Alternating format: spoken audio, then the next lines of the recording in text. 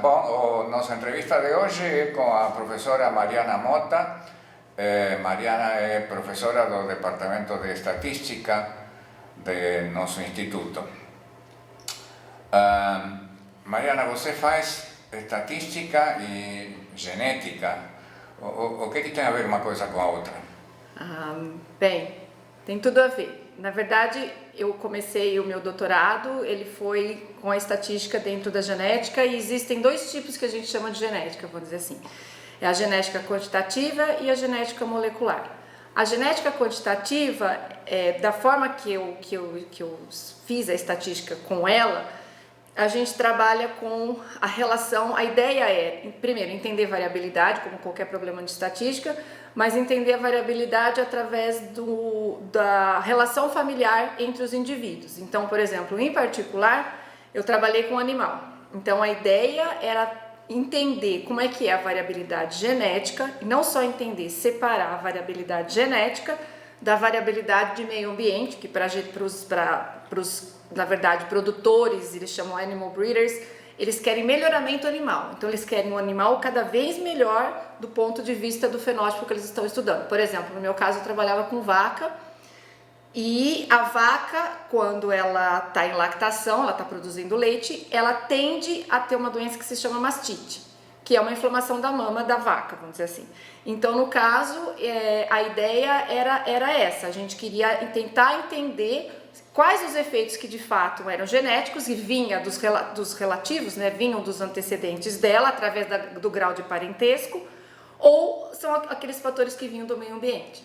Então, a estatística nesse contexto foi que eu aprendi. Hoje em dia existem outras formas de você fazer isso. Essa relação não precisa ser mais de parentesco. Os modelos estatísticos, por exemplo, podem ser fundamentalmente os mesmos, mas a maneira de você trabalhar com a variabilidade, você conseguir estimar, predizer as coisas, é através de uma relação dessa mesma ideia genética, mas no nível molecular, no nível mesmo do DNA, no nível tipo azão, azinho e assim por diante.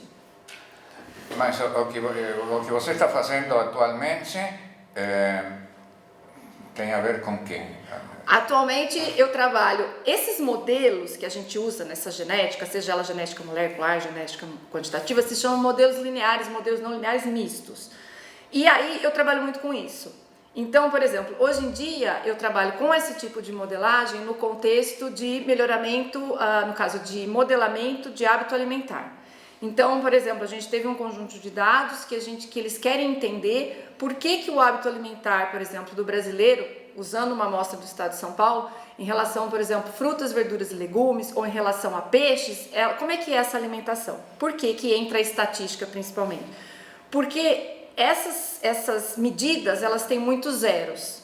E você lidar com zero do ponto de vista estatístico é um pouco complicado. Porque o indivíduo pode ser, ele não quer alguma coisa, ou ele não fez alguma coisa porque ele não quer, ou de fato ele não foi apresentado para dizer que não queria.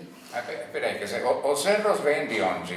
Você pergunta para as pessoas? Você pergunta para as pessoas. Então, por exemplo, nesse problema em particular, da onde vem a informação? A pessoa o entrevistador vai na casa da pessoa várias vezes e pergunta quanto que ela comeu de determinado alimento. Ela pode ter comido uma certa quantidade ou ela pode não ter comido o alimento. Então a ideia do zero ele surge daí, não aconteceu o evento de interesse. Tá? E quando ele acontece de uma certa forma. Então a gente tem que separar, estatisticamente falando, em termos de modelagem, a gente separa esse zero da outra parte. Isso é um tipo de modelo que eu trabalho. O outro tipo de modelo é quando eu tenho, por exemplo, uma contagem. Então eu tenho a contagem onde eu tenho o zero, só que o zero aparece muito mais do que era esperado sobre um determinado modelo. Então, por exemplo, se a gente pegar o modelo de Poisson, eu tenho formas, vamos dizer assim, formas exploratórias de dizer, olha, eu esperaria que a probabilidade de acontecer o não consumo ou a não observação do evento é tal. Aí, quando eu vou também de forma exploratória observar aquilo no meu conjunto de dados, eu vejo que está muito mais do que o esperado. Então, a gente tem que ter um mecanismo de separação desse zero. Um zero que a gente chama, por exemplo, zero absoluto ou zero do estado perfeito e de um estado imperfeito, que é o estado casual. voltemos à pesquisa de hábitos alimentares. Você poderia precisar um pouquinho mais isso? A pesquisa de hábito alimentar foi o seguinte, o que motivou, na verdade, é que o seguinte, quando eu tenho um consumo que vem através de a gente modela através de uma distribuição onde o zero não é permitido, uma distribuição contínua. Quando esse tipo de coleta de dados, ele me dá o zero, tipo, a pessoa não consumiu nada, a gente tinha que tratar com uma variável, vamos dizer assim, em termos, né, uma variável aleatória que eu tinha um zero, ela é semi-contínua. Então eu tenho um zero, né, e eu tenho a parte contínua. Então o desafio é modelar essas duas coisas. Então aí que leva a gente a trabalhar com modelos que a gente chama modelos de duas partes, nesse caso, onde eu consigo tratar o zero, né, e eu consigo tratar a outra parte que seria a parte contínua, ou seja, quando tem o consumo. E essas duas coisas, elas são ponderadas por uma probabilidade, ou seja, eu tenho uma chance de não consumir nada, ou eu tenho uma chance de consumir alguma coisa, e quando eu consumo, como é que se comporta esse consumo? A pessoa interessada nesse tipo de pesquisa, era que tipo de resposta? No caso, ela tinha consumo em gramas e ela quer resposta, tipo, porque daí é o seguinte, quando você modela, principalmente a parte de consumo, você quer modelar em relação a fatores socioeconômicos, diversos fatores. Então ela quer entender, por exemplo, por que o brasileiro não consome peixe? Por que o consumo de peixe é tão baixo? Por que o consumo de frutas, verduras e legumes é tão pouco? Entendeu? Então veio de um estudo feito na Faculdade de Saúde Pública da USP. Ok, e quando você, pegando uma dessas perguntas, por exemplo, por que o brasileiro não consome peixe, por exemplo? Quais são os tipos de respostas possíveis? Olha, Martins, eu já cheguei a contar esse problema para os meus alunos, por exemplo, e fiz uma brincadeira. Quem consome peixe? Quanto consome? E a gente entende, até como consumidor, é muito caro. Uma das coisas que mais vem, a maior resposta é caro. É um produto caro, entendeu? Tanto é que se você comparar daí o contrário, que daí não tem zeros, fica mais fácil modelar a parte de carne, o consumo de carne é mais alto. Você consegue consumir carne tende a ter carnes mais baratas. Agora os peixes em geral eles são caros. Por isso que a gente, pelo menos a grande massa, não consome peixe. E você disse que nessa pesquisa está interessado em uma agência de saúde, né? É a Faculdade de Saúde Pública. A Faculdade de Saúde Pública. Isso. Eles trabalham com nutrição, essa parte. Então isso está integrado a pesquisa feita por outras pessoas de outras áreas? Sim. E o objetivo deles qual é? Então, o objetivo dessas pessoas, eles querem entender como é que funciona o hábito alimentar e criar política pública. É isso. Criar política pública, sim, mas criar política pública, exatamente. E aí tem política pública no sentido de que Olha, especificamente esse grupo, o que eles tinham como objetivo, que a procura nossa foi muito mais do ponto de vista estatístico, mas eu entendo que é tentar aumentar, por exemplo, o consumo de peixe, como é que faria isso, se tenta descobrir outros tipos que estejam mais baratos. Outro lado da pesquisa, eles olharam muito consumo de refrigerante, consumo de açúcar, etc. E no caso, tirar isso da dieta, porque isso tem aumentado a obesidade, assim, são todas essas questões. Entendeu? Agora, isso se afasta um pouquinho da questão genética, né? Aí essa parte se afastou da questão genética, sim. Eu estou voltando para a genética agora, de novo. Fazendo o quê? Então, agora o que a gente está fazendo? Agora é um outro trabalho que é bem legal também, envolve essa modelagem toda que eu estou acostumada a trabalhar, só que eu estou indo para uma outra, estou incorporando no que eu sei fazer, um outro assunto que para mim é novo e eu tenho estudado, que é a parte de trabalhar com variáveis ou covariáveis funcionais. Então, esse é o raciocínio. Então, de tudo que eu já sei fazer, agora eu quero incorporar isso nos modelos. E uma das coisas, Martins, é trabalhar com o que eles chamam de farm precision, é como se fosse precisão de agricultura ou precisão na pecuária. Então, por exemplo, esse é um novo desafio. É um conjunto de dados que veio da onde eu fiz a universidade, nos Estados Unidos, e eles querem trabalhar agora com esse modelo, eles querem fazer predição de doença, a vaca tal não está doente, por exemplo, o animal tal não está doente, no caso é frango, vaca e outras coisas, e junto com toda a informação que eles têm, eles querem colocar essa informação genética. Então, diferente do que eu comecei a que eu trabalhei no doutorado, a informação vinha através do parentesco dos animais, porque é tudo inseminação artificial, eles são todos parentes. Hoje em dia não, como é uma tecnologia nova, agora a gente vai trabalhar com a parte genética, no caso molecular. Então essa é a minha volta, e recentemente eu comecei a ajudar um aluno da professora Anete da biologia, que ele quer fazer o que eu fiz, né, o que eu sei fazer, para melhoramento de planta. Melhoramento de planta. Que é a mesma coisa seja lá o sujeito, o animal ou planta, é a mesma. O princípio é muito parecido. Alguma particularidade no objeto de estudo ou no tipo de metodologia que pode ser usada que seja tipicamente brasileira, hein? Ou sei lá, o tipo de coisa que se faz é a mesma coisa que se faria em qualquer outro lugar? É a mesma coisa que se faria, exatamente. É só uma questão do objeto de estudo. Eu imagino que a Embrapa use muito o que eu fiz lá fora, ela já faça aqui. Tanto é que, por exemplo, esse conjunto de dados, que é o mesmo princípio do animal, que é o que eu sei fazer e fiz lá, a gente vai usar para a planta. Daqui, para que área? Que é o capim. Entendeu? Então, não, é o mesmo, isso aí é universal. O que se usa lá, dá para se usar aqui. Eu tenho quase certeza que a Embrapa usa aqui todo esse tipo de modelagem.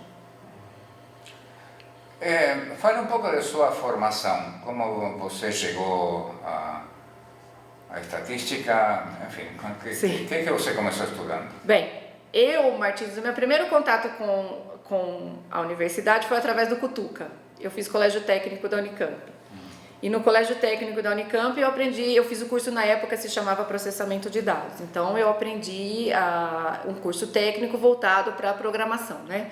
Então aí quando eu fui, então meu contato, eu vinha aqui, comia no bandejão, vinha passear, enfim, foi daí que surgiu e despertou o interesse pela universidade.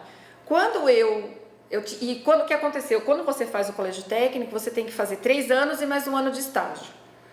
Então eu fazia 1 ano de estágio numa empresa, era a Clark, Equipamentos Clark, que hoje é a tal da Eaton, e eu não gostei. Eu falei, não é isso que eu quero fazer para mim. Não gosto, não sou a pessoa que tem o perfil de entrar às 8 enfim. Eu falei, não é essa coisa que eu quero fazer. Bom, aí chegou, e eu trabalhava e eu fazia cursinho à noite, era muito difícil e tal, mas assim, porque quando você faz colégio técnico, você não tem história, não tem geografia, quase nada, enfim, biologia, então eu precisava me atualizar. E aí eu falei, bom, o que eu vou prestar? E aí, enfim, até o final eu não sabia o que ia prestar, e eu falei, bom, então faz sentido, é natural eu colocar ciência da computação. Então eu coloquei ciência da computação, eu lembro que eu coloquei matemática aplicada de segunda opção, e na minha época podiam 3. A minha mãe virou e falou assim, e estatística? Aí eu falei, mãe, mas eu não sei direito o que é. Mas tá na área, exata, a gente lê um pouquinho, pus estatística. Na época, Martins, quando eu entrei aqui, eu não passei na primeira fase, já era super concorrido computação, mas eu passei em matemática aplicada. E eu lembro que eu vim fazer inscrição, ele falou assim, olha, você pode fazer tanto essa quanto estatística. Daí eu pensei um pouco, eu nem sei o que de fato me levou, eu falei assim, não, eu vou fazer estatística. E foi assim que a estatística me escolheu. Aí eu vim pra cá, eu fiz o primeiro semestre, o segundo semestre da Unicamp, no meu ano, que foi 94, foi um semestre complicado, foi um semestre de greve.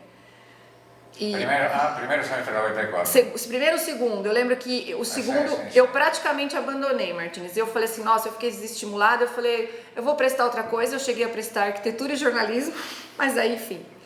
Eu lembro desse ano. Lembra? Pois é, foi um ano complicado, eu lembro que ficou muito tempo de greve. Sim. Eu lembro que eu fazia probabilidade 1 com o Mário, e eu lembro disso, a gente discutindo, enfim. Aí, Martins, eu cheguei a prestar arquitetura, prestei jornalismo, não entrei, eu falei, bom, então agora eu vou fazer o curso. E aí eu comecei a me inteirar do curso, eu cheguei a procurar, na época tinha muitas alunos da estatística que faziam, eram bolsistas do NEPO, e eu fui até o NEPO, e no NEPO eu conversei com esse pesquisador, que é o José Marcos da Cunha, e ele trabalha com imigração, no caso interna aqui no estado de São Paulo, região metropolitana de Campinas e Santos, e eu fui trabalhar com ele. Mas eu ainda não estava feliz, eu falei assim, não, eu quero saber mais, e eu queria muito alinhar a computação com a estatística. E aí eu soube, a Nancy voltou, na época ela tinha voltado do doutorado, ela era recente, ela não tinha sido minha professora, mas eu soube que ela estava trabalhando e tal, e eu fui falar com a Nancy. Eu bati na porta dela e falei assim, olha, professora, a minha história é essa, e hoje em dia eu já faço, eu já tenho uma bolsa no NEP, mas eu gostaria de ver mais estatística com computação, coisa que eu não estou conseguindo ver muito lá onde eu estou gostando, análise, né? Mas eu queria ver uma coisa mais aplicada com computação. E foi aí que a Nancy me deu um problema. Na época, Martins, eu acho que o problema era modelos de Ising, aqueles modelos da física de recuperação de imagem. E foi isso que eu consegui fazer. Então daí eu tinha pouca coisa ainda, acho que eu nem tinha inferência, eu estava fazendo inferência. Ela me deu um modelo, ela deu verossimilhança, e através da verossimilhança a gente começou a trabalhar com métodos de Metropolis Hastings, aí eu fiquei muito feliz. Aí eu juntei a parte que eu queria, que tinha teoria, tinha aplicação, tinha parte computacional, e foi dali que surgiu. Aí eu trabalhei com ela, eu fiz uma iniciação científica sem bolsa, mas fiz. A gente teve esse problema bonitinho, chegou até o fim. E depois eu decidi fazer mestrado e fiz o mestrado aqui. Você é de Campinas? Então? Eu sou de Valinhos. Eu sou valinhense. Sim, no começo, Martins, eu vinha de ônibus, eu pegava 3 ônibus na graduação para vir e 3 ônibus para voltar. No final da graduação, eu já conseguia pegar carona, conheci pessoas de Valinhos, e depois eu conseguia vir de carro depois quando eu fui fazer mestrado. Então você fez o mestrado aqui? Eu fiz o mestrado aqui com a Nancy.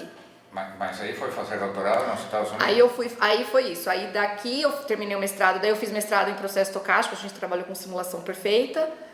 E também com computação, tudo, mas o background era processo estocástico. E aí eu fui fazer doutorado em Wisconsin. Na parte daí trabalhei com essa parte da estatística dentro do contexto da genética quantitativa, que é o que é muito usado, extremamente usado. E lá eu terminei e eu voltei para cá. Aí eu prestei concurso.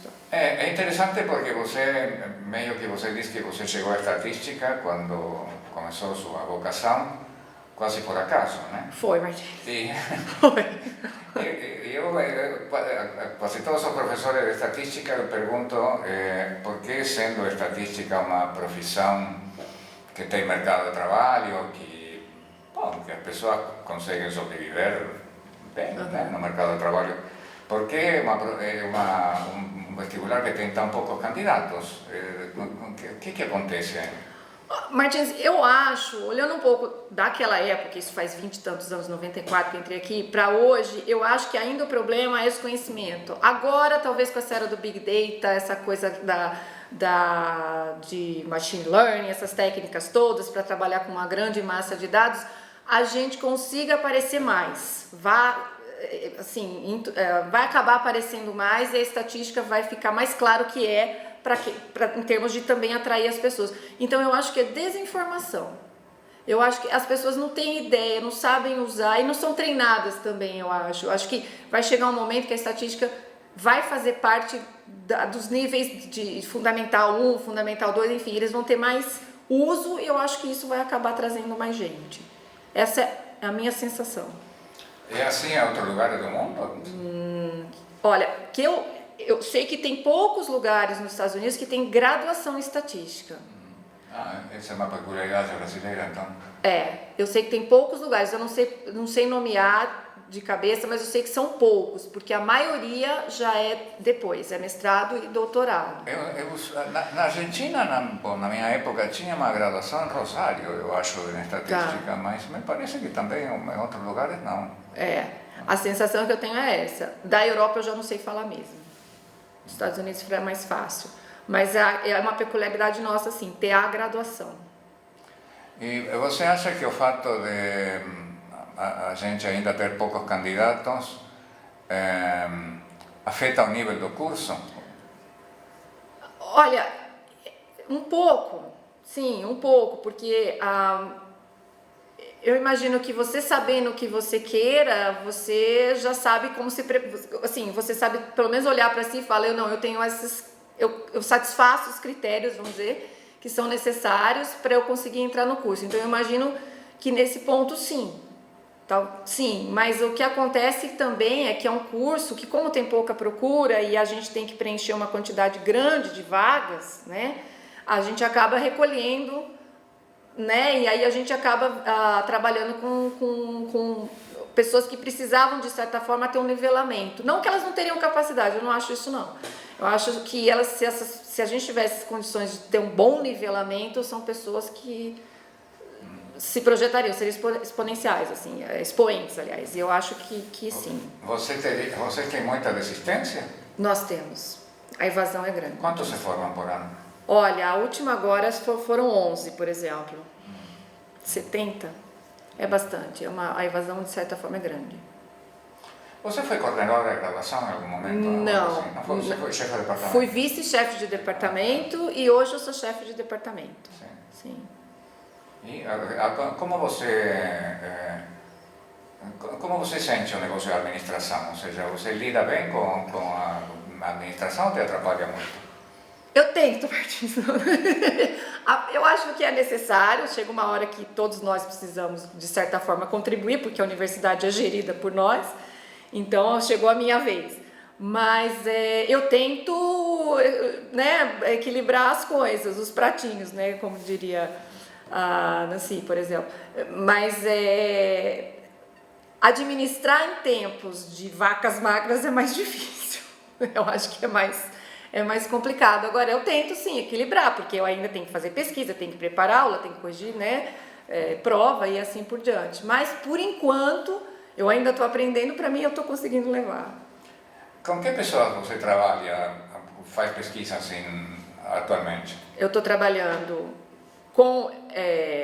eu trabalho com esse pessoal da USP lá de São Paulo, ainda tem coisas que ficaram que a gente ainda está tentando responder. Eu voltei a trabalhar com a Nancy depois de muito tempo, porque eu fui para o Wisconsin, trabalhei com a professora Ildete, trabalhei com o professor Sérgio Reis da Biologia, depois acho que de uns 7 anos que eu estava aqui, 7, 8, faz 12, eu voltei a trabalhar com a professora Nancy, recentemente esse ano a gente publicou juntas, trabalhei com o professor Filidor, e ainda trabalho com o professor Filidor da Estatística, trabalho com... agora eu comecei a trabalhar com o professor Ronaldo, comecei a trabalhar com a professora, um aluno da professora Anete da Biologia, voltei a trabalhar com o pessoal de Wisconsin, então assim, o leque é grande. E em termos de alunos de pós-graduação, você está... Eu tive já uma orientação, duas de mestrado, tenho mais uma que vai defender agora em setembro, está marcada, de mestrado. Tenho uma aluna de doutorado, estou orientando um aluno de pós-doc. E iniciação científica eu já tive acho que uns 4. Os alunos que querem fazer pós-graduação, são daqui normalmente ou tem de outro lugar? E são estatísticos ou são outra coisa? Martins, os que eu tive foram... todos de estatística, todos da estatística. São todos com curso de graduação em estatística? Sim. Eu não lembro de... Não, todos que eu pelo menos orientei foram... E daqui de Campinas? Essas pessoas foram daqui de Campinas, sim. Então, você está em condições de dizer se a formação básica que você fornece é uma formação boa, muito boa, razoável, ou que em relação ao que se precisa para fazer uma carreira de pesquisa? Eu acho excelente, Martins. Eu acho que, principalmente, que o curso de estatística é recente o doutorado. É recente o doutorado. Eu acho que nós formamos o quê? 2 turmas, 3, vamos pensar. Então, eu acho que o fato ainda de a gente... eu sinto que o nosso formato é muito ainda no sentido de como se a gente não tivesse doutorado, né? A gente tem um mestrado muito forte. Entendeu? Então, e eu acho a graduação também. Então, eu acho que o nosso curso é muito bom, muito completo, muito bom. E aqueles que fizeram a graduação ainda com o mestrado, que o mestrado acaba sendo mais teórico, eles são mais preparados ainda. E uma observação só que eu sinto, Martins, é que os alunos que fizeram o colégio técnico são alunos que acabam se destacando. Ah, sim? Eu percebo isso, sim, no curso de estatística. Colégio técnico, você... No caso, eu penso no Cutuca, né? Tem aquele outro... Tem o de Limeira, se eu não me engano, também na parte de computação, alguma coisa. A gente tem o que é o Cotil. E a gente tem, esse eu nunca peguei nenhum aluno, não conheço ninguém aqui que venha desse outro, que é o ETEC, que é química, bioquímica, talvez o pessoal de lá receba mais gente dessa área. O que você acha dos atuais sistemas para entrar na universidade? Ou seja, alunos que vêm de Olimpíadas, por exemplo, ou sei lá, participação no Enem ou não participação do Enem? Sei lá, o vestibular da Unicamp é o vestibular que você gostaria de fazer? Não, evidentemente não faria de novo. Gostaria para seus filhos. Boa pergunta. Bem, primeiro, eu acho muito interessante, muito positivo a ideia do aluno que fez a Olimpíada de Matemática, por exemplo, e tem esse bônus para conseguir entrar aqui. Eu sou a favor. Por exemplo, eu tive aluna agora do PICME, uma aluna que foi da Olimpíada, é uma graça. Foi um trabalho muito bacana. Dentro do momento dela no curso de estatística, mas assim, ela já tem, você percebe que já tem um plus. Então eu acho isso super positivo. Martins, do Enem, eu não conheço o Enem, ainda minha filha é pequena, eu não cheguei lá ainda para dar uma resposta com propriedade. Eu acho interessante, eu acho que dá chance para todo mundo e todo mundo vai ser preparado teoricamente no mesmo nível, enfim, mas eu desconheço o Enem. Mas eu acho que fica mais fácil para eu responder, para mim é mais fácil ver que, por exemplo, esses métodos de contemplar quem tem Olimpíada de Matemática, Olimpíada de Robótica, etc., ganhar esse plus para conseguir entrar, eu acho válido.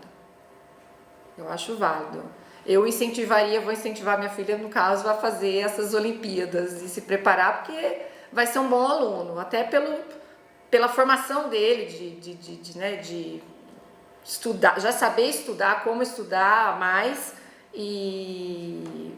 Enfim, e já saber pesquisar de certa forma, enfim, ter uma outra formação.